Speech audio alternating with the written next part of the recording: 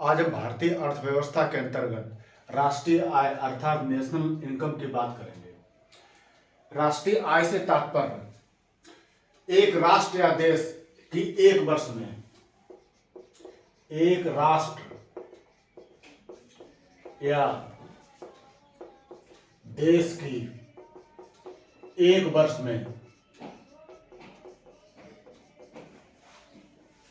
आर्थिक क्रियाओं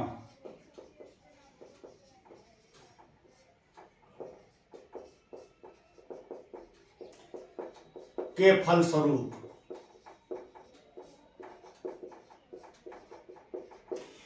उत्पादित अंतिम वस्तुओं और सेवाओं के मौद्रिक मूल्य के योग के रूप में होता है। अर्थात एक राष्ट्र या देश की एक वर्ष में आर्थिक क्रियाओं के फलस्वरूप उत्पादित अंतिम वस्तुओं एवं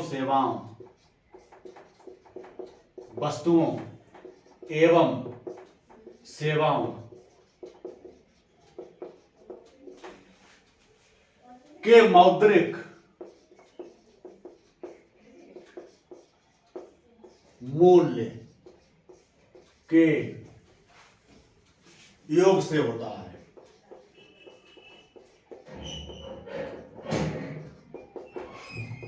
अर्थात जो वस्तुएं और सेवाएं हैं, इनका जो मौद्रिक मूल्य है, उन्हें मिलाकर एक राष्ट्र या देश की राष्ट्रीय आय बनती है। और राष्ट्रीय आय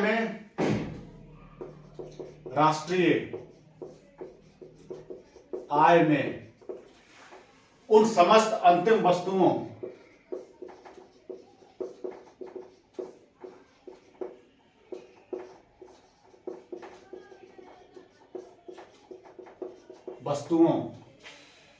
और सेवाओं के मूल्य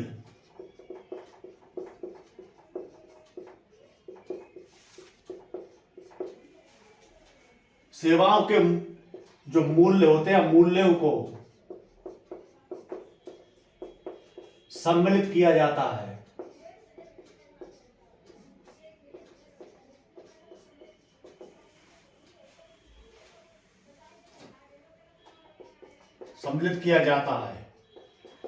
जो देश के सामान्य नागरिकों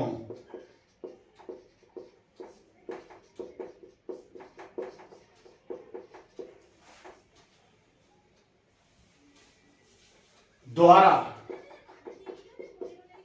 घरेलू सीमा अर्थात देश की घरेलू सीमा के अंतर्गत अथवा देश की सीमा के बाहर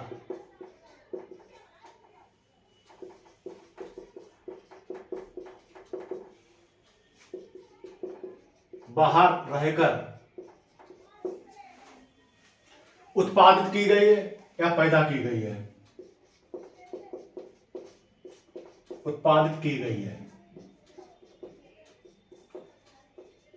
ये राष्ट्रीय आय की परिभाषा के अंतर्गत ये बातें आती हैं। और राष्ट्रीय आय में विदेशों से अर्जित साधन आय को भी सम्मिलित किया जाता है। राष्ट्रीय आय में विदेशों से अर्जित या प्राप्त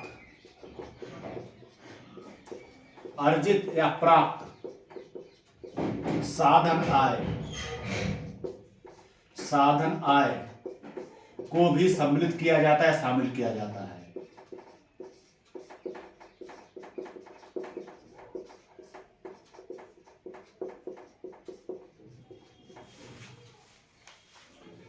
इसे राष्ट्रीय उत्पाद भी कहते हैं।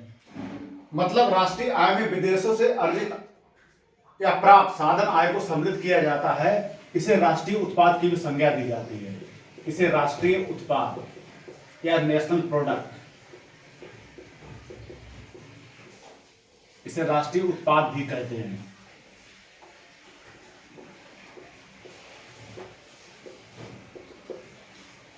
अगर राष्ट्रीय आय में जो मुख्य बातें उनकी बात की जाए तो निम्नलिखित मुख्य बातें सम्मिलित की जाती हैं। जैसे नंबर 1, राष्ट्रीय आय को मुद्रा के रूप में मापा जाता है। राष्ट्रीय आय को मुद्रा या करेंसी के रूप में मापा जाता है,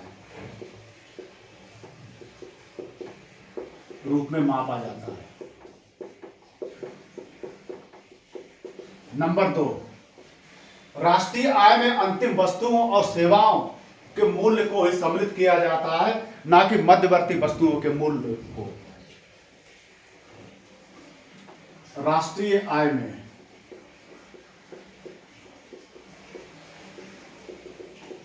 अंतिम वस्तुओं और सेवाओं के मूल्यों को सम्मिलित किया जाता है,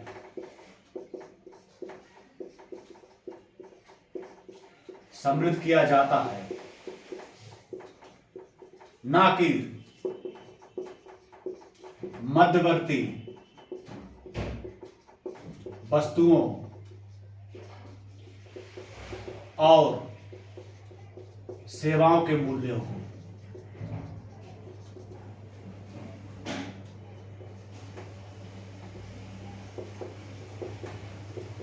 अर्थात राष्ट्रीय आय में केवल अंतिम वस्तुएं और सेवाएं हैं, उनके मूल्यों को ही सम्मिलित किया जाता है, मध्यवर्ती वस्तुओं और सेवाओं के मूल्यों को सम्मिलित नहीं किया जाता।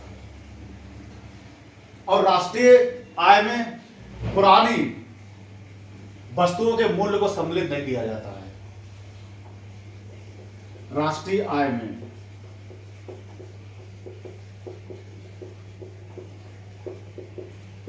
पुरानी वस्तुओं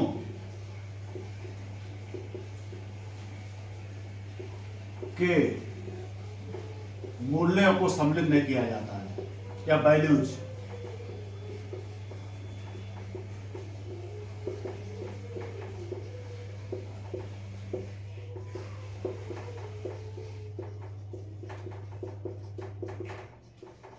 इसके बाद चौथा बिंदु आता है कि घरेलू वस्तुओं और सेवाओं को राष्ट्रीय आय के दायरे से बाहर रखा जाता है।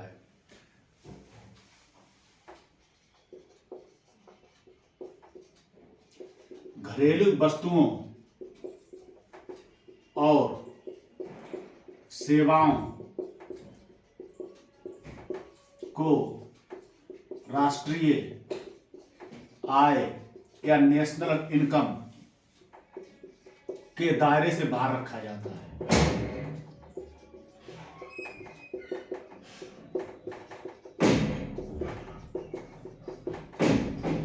घरेलू वस्तुओं सेवा अर्थात जो हम अपने घर के अंदर अपना व्यक्तिगत कार्य करते हैं रोजमर्रा का, उसे राष्ट्रीय आय के अंतर्गत सम्मिलित नहीं किया जाता है। इसके बाद पांचवा बिंदु आता है राष्ट्रीय आय के संबंध में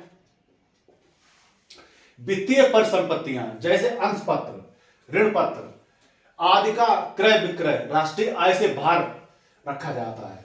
वित्तीय परिसंपत्तियां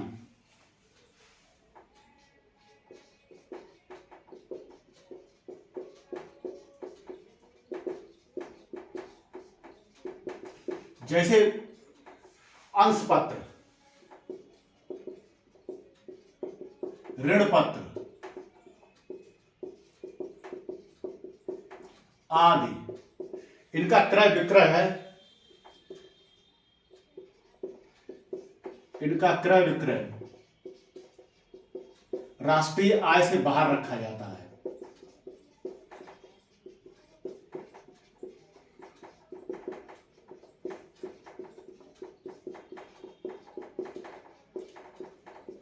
इसके बाद छठवां बिंदु आता है राष्ट्रीय आय संबंध में। राष्ट्रीय आय में हस्तांतरण भुगतान, पेंशन भत्ता, वजीफा आदि को सम्मिलित नहीं किया जाता है। राष्ट्रीय आय में हस्तांतरण भुगतान,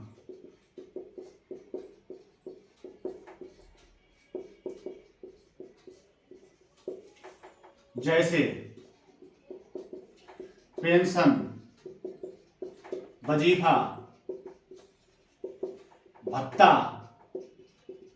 आदि को सम्मिलित नहीं किया जाता है।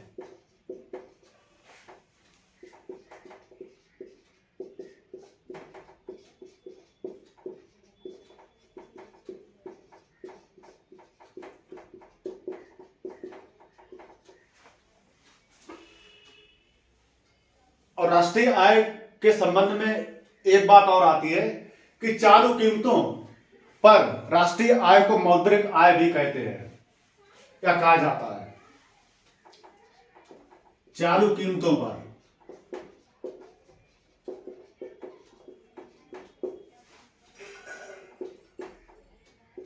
राष्ट्रीय आय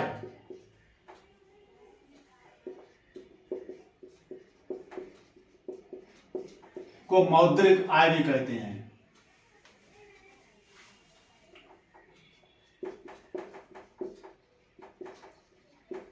मौद्रिक आय भी कहा जाता है, कहते हैं।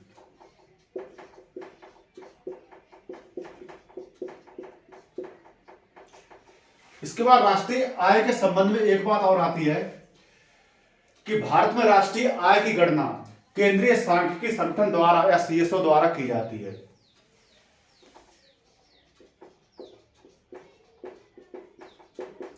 भारत में राष्ट्रीय आय या नेशनल इनकम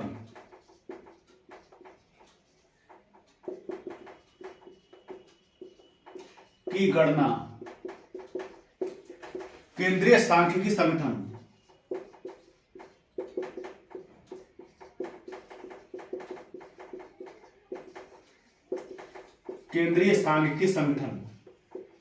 या सीएसओ द्वारा की जाती है।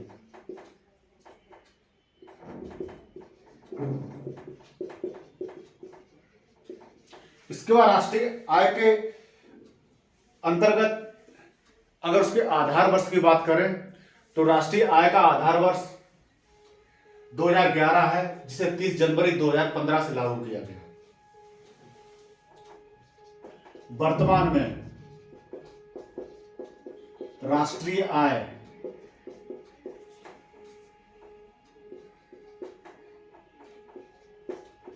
का अनुमान लगाने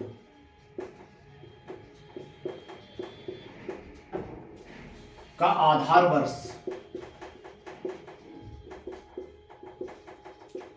सन 2011 है, जो कि 30 जनवरी 2015 से लागू हुआ।